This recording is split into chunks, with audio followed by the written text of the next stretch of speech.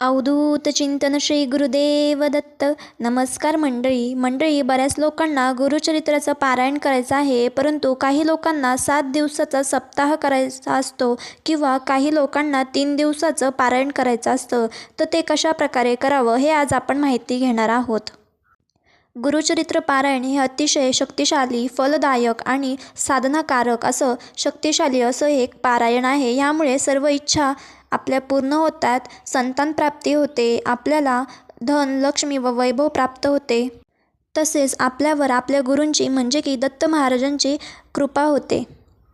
जे लोक 7 दिवसाचा सप्ताह पारायण करणार आहेत ते पुढील प्रमाणे: पहिल्या दिवशी 1 ते 9 अध्याय, दुसऱ्या दिवशी 9 ते 21 अध्याय, तिसऱ्या दिवशी 22 ते 19 अध्याय, चौथ्या दिवशी 30 ते 35 अध्याय, पाचव्या दिवशी 37 ते 38 अध्याय, 6व्या दिवशी 39 ते 43 अध्याय, 7वा दिवस 44 ते 53 अध्याय.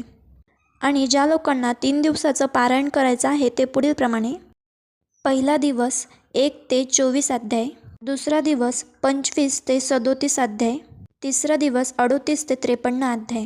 पारायण सुरू करण्यासाठी गुरुवार हा अत्यंत शुभ दिवस मानला जातो. शांत व शांतीदायक वातावरणात पारायण करावं व पारायण एकच स्थळी बसून करावं. पारायण काळात जागा बदलू नये. धन्यवाद.